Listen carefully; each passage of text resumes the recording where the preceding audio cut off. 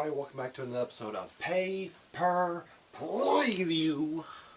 I'm War Machine MJ, the current 3-count series champion, the current second place predictions champion, and I'm here today to talk about WWE SummerSlam, which for the first time in WWE history is going to take place on a Saturday from Las Vegas, they're trying to get their hands on some of that crowd. They're going to the big Pacquiao fight. So, yeah. Go ahead and dive on into these matches. As of course you know that we have the 3-count series going, where we wager points on all these predictions. Given that I am the 2020-2021 season, champion, I'm not part of the 3-count series, but my points are strictly to determine if I get first, second, or third place. So, and this is strictly between Mainstream Malcolm and Roddy Prime. So, let's go ahead and jump into it. We've got a jam-packed show. We got 10 matches to go through, so let's go ahead and start with the top of the card between Alexa Bliss and Eva Marie. Now, this match kicked off. Hello, everyone. I am the 3-count series commissioner, WMMJ, and I am here to ask you guys to check out our TakeOver 36 predictions because we have a very special yet important announcement. Now back to your regularly scheduled program. And that leads us to our match now. Now, we all have our picks.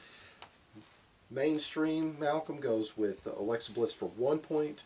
Rod goes for Alexa for 2, and I go for Alexa with 4. Pretty confident in that match. Next will be Drew McIntyre and Jinder Mahal going at it.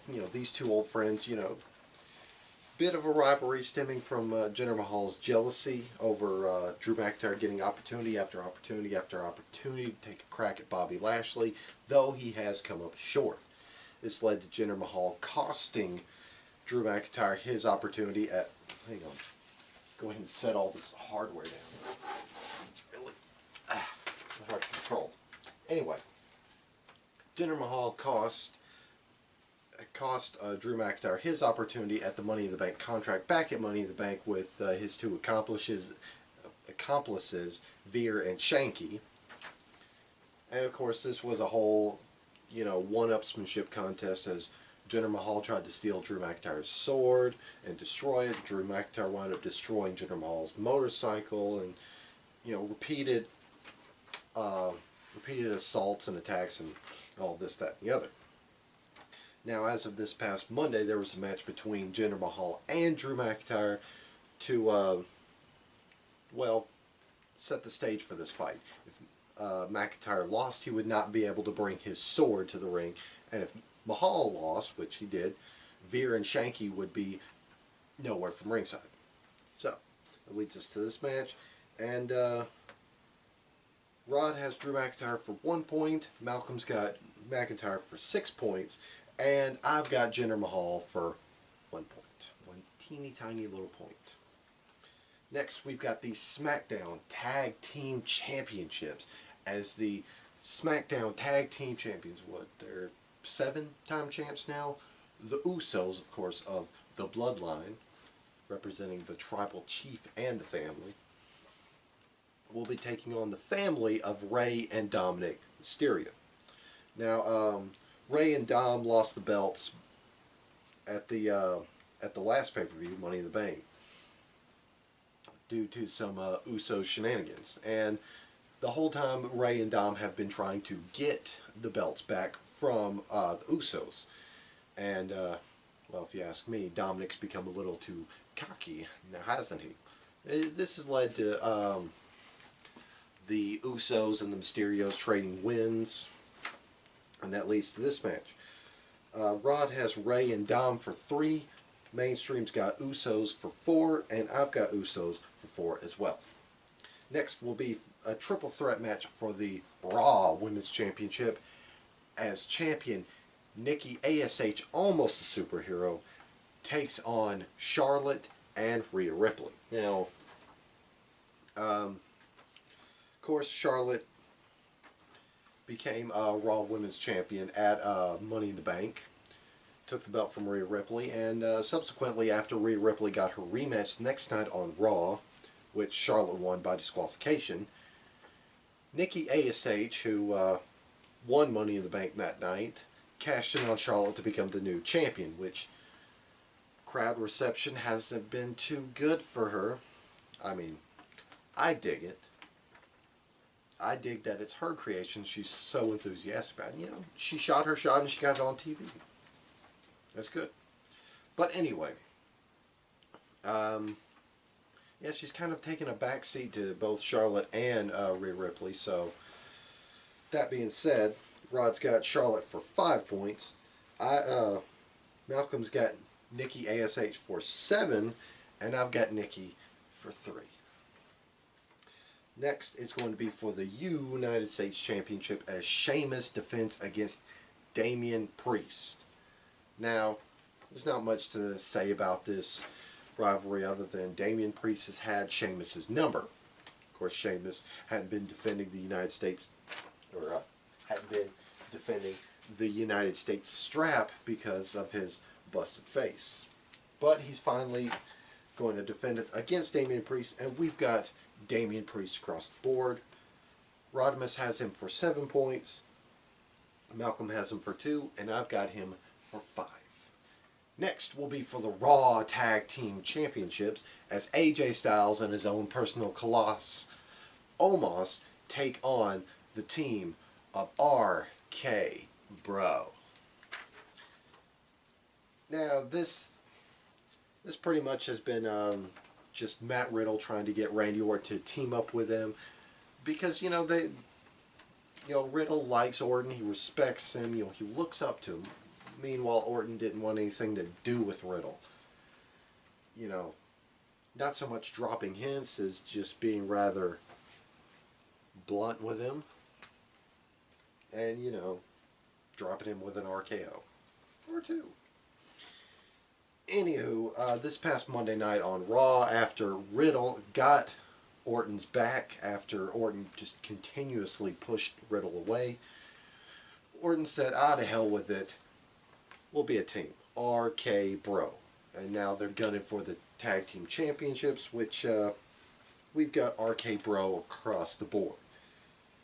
Rod has him for a whopping 10 points, while Mainstream has him for 5 and me for 2. Next is going to be a grudge match between Edge and Seth freaking Rollins. Now, this all stems back to Money in the Bank, when Edge was given the one-on-one opportunity with Roman instead of Seth Rollins. But it goes back even further than that, back to 2014, when Seth Rollins threatened to stomp Edge, who had had a bad neck, potentially paralyzing him for life, if John Cena didn't reinstate the Authority. We're just going to fly past that and go back to God of the Drip, Seth Rollins. Anyway, apparently Edge is driving Seth going into some dark places, making him act a little bit crazy. Meanwhile, Edge is just referring to Seth as Edge Light, because in Edge's mind, Seth is merely copying Edge because they have the same accomplishments as each other. Meanwhile, in Seth's mind, he's done the same thing as Edge, but better. It's hard to argue. Of course, I'm recording this on Saturday morning, so last night on SmackDown, the God of the Drip got a brood bath. He was wearing an all-white suit, too. Anyway, we've got Edge across the board. Rod's got Edge for a whopping 8 points, while Mainstream has Edge for 3, and I've got Edge for 6. Next is going to be for the SmackDown Women's Championship, as Bianca Belair is scheduled to compete against SmackDown Women's Champion Bianca Belair, scheduled to compete against Sasha Banks. Sorry, I'd lost my brain for a second there. I say scheduled because rumor and innuendo is Sasha may miss SummerSlam, but there's a opponent lined up for Bianca, and in case that happens. And well, as for us, how that pertains to us is everything will stay the same. It's just if we pick somebody who was replaced, then you know that's our person. Like if there was a match between A and B got subbed out for C, well, if Rod picked person B, it's going to automatically go to person C. So anywho, this rivalry, it went back to night one of WrestleMania where Bianca Belair dethroned Sasha and kept her out of action for a couple weeks with a big mark on Sasha's side, you know, where Bianca hit the whip. And it got picked back up a couple weeks back on SmackDown when Sasha came back, teamed with Bianca to defeat Carmella and Zelina Vega, and then dropped her with the bank stick. Now, these two have been neck and neck, you know, leading to some hostile encounters between two of them. Now, as of this recording, it's still Sasha versus Bianca for the title, but who knows how that goes. So, Rod's got Sasha, or her replacement, for 6 points, while me and Mainstream have Bianca Belair for 8, Mainstream does, and me with 7. Next will be for the WWE Championship as Bobby Lashley defends against Goldberg. Not much to say about this feud. It's just Goldberg coming back and saying, "I'm next," and gently spearing MVP. So yeah, we got Bobby Lashley across the board. Rod's got Bobby Lashley for 4. Malcolm's got Bobby Lashley for whopping 9 points. And, well, so do I. And finally, the main event. The best of his time versus the best of all time. For the Universal Championship, it will be John Cena, Mr. You Can't See Me in My Stupid Hair, taking on the Tribal Chief, Roman Reigns. Not much to say about this. This is John Cena coming back because he thinks he can dethrone the Tribal Chief. He thinks he can beat the Tribal Chief. He knows the Tribal Chief is going to beat his ass, but all he needs is 1, 2, 3.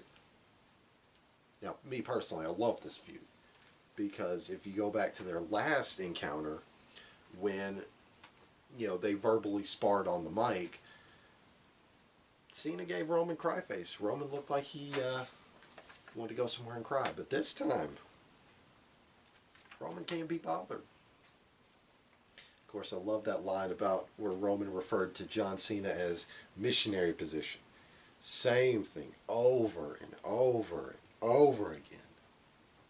It's great. But, yeah, all three of us have Roman Reigns across the board. Rod's got Roman for a whopping 9 points, while me and Mainstream have Roman at 10 respectively. So yeah, that's our picks for SummerSlam. So, should be a fun show. Of course, SummerSlam on a Saturday.